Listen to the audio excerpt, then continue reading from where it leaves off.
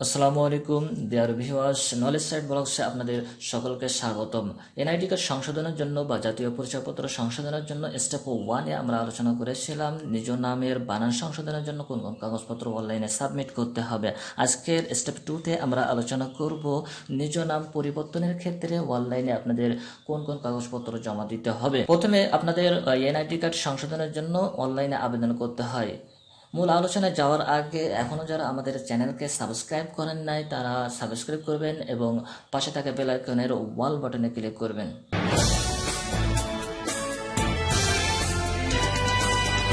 NID card সংশোধন বা জাতীয় পরিচয়পত্র সংশোধনের জন্য আপনাদের প্রথমে যেটি করতে হবে, প্রথমে আপনাদের অনলাইনে আবেদন করতে হবে। অনলাইনে আবেদন কিভাবে করবেন আমরা যদি একটু যাই দেখি যে আপনাদের একটি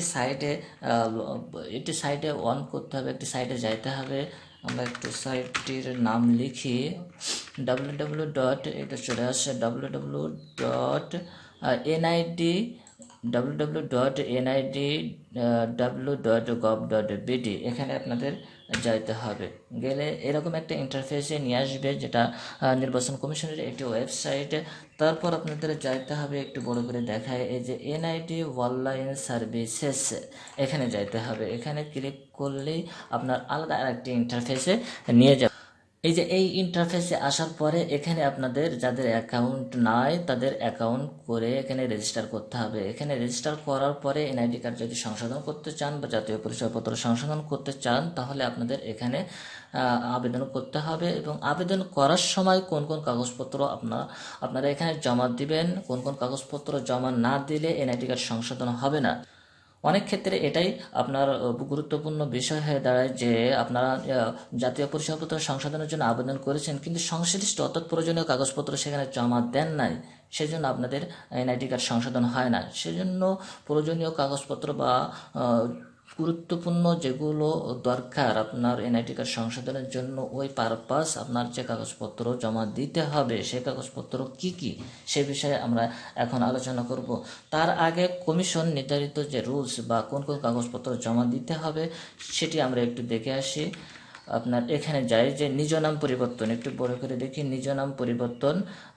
আপনার নিজ নাম পরিবর্তনের ক্ষেত্রে কোন কোন কাগজপত্র জমা দিতে হবে, এই যে এখানে আমরা যদি একটু দেখি নিজ নাম পরিবর্তনের ক্ষেত্রে এই যে কাগজপত্র জমা দিতে হবে, যে বিবাহের দলিল, এসএসসি বা সমমান, এসএসসি সমান সনদপত্র, ম্যাজিস্ট্রেট কোর্টে সম্পাদিত এফিডেভিট, এই যে কাগজপত্র জমা দিতে হবে। তারপর এ পাশে আবার লেখা আছে, একটু দেখি, নামের আংশিক পরিবর্তন, তারপর নাম সম্পূর্ণ পরিবর্তন, এই যে নামের আংশিক পরিবর্তন, নামের আংশিক পরিবর্তন, নাম সম্পূর্ণ পরিবর্তন। এখানে আপনার দেখলে যে কোন কোন কাগজপত্র নামের আংশিক পরিবর্তনের জন্য জমা দিতে হবে আর কোন কাগজপত্র নাম সম্পূর্ণ পরিবর্তনের জন্য জমা দিতে হবে, এখানে দেখে বোঝা খুবই কঠিন। সেজন্য আপনার যাতে সহজে বোঝা যায় আমি অন্য জায়গায় লিখে রেখেছি, যে সেখানে একটু যাই। এই যে আপনার নিজ নাম পরিবর্তন, নামের আংশিক পরিবর্তন, নামের আংশিক পরিবর্তন কীরকম যদি আমরা দেখি, যে যেমন নামের আংশিক পরিবর্তন আমরা যদি দেখি যে মোহাম্মদ জাকির হোসেন একজনের নাম আছে, সে যদি চায় মোহাম্মদ জাকির শেখ, এই শেখের এখানে যদি হোসেনের জায়গায় যদি শেখ চায় বা মণ্ডল চায় বা মোড়ল চায়, অনেকে ইসলাম চাইতে পারে, অনেকে আলী চাইতে পারে, এদিকে আবার মোহাম্মদ কেউ আছে তুলে দিতে পারে, আবার মোহাম্মদ আপনার রাখতে পারে। আপনার দেখা যায় যে এই মোহাম্মদের জায়গায় শেখ জাকির হোসেন দিতে পারে। মানে এইরকম নামের যে আংশিক পরিবর্তন, যে আপনার জাকিরই থাকবে, যেন আলাদা ব্যক্তি না হয়। যেরকম জাকিরের জায়গায় করিম দিলে অন্য ব্যক্তি হয়ে যাবে, এরকম না, বরং নামের আংশিক পরিবর্তনে হোসেনের জায়গায় শেখ, মণ্ডল, মোড়ল বা আলী এরকম যদি হয়, সেক্ষেত্রে আপনার কোন কোন কাগজপত্র জমা দিতে হবে। প্রথমে তার ব্যক্তির জাতীয় পরিচয়পত্রের ফটোকপি প্রথমে তার অনলাইন আবেদন করার সময় জমা দিতে হবে। আর এসএসসি বা সমমান সনদ যদি থাকে তাহলে নামের আংশিক পরিবর্তনের ক্ষেত্রে এই দুটি জমা দিলেই তার জন্য যথেষ্ট হবে।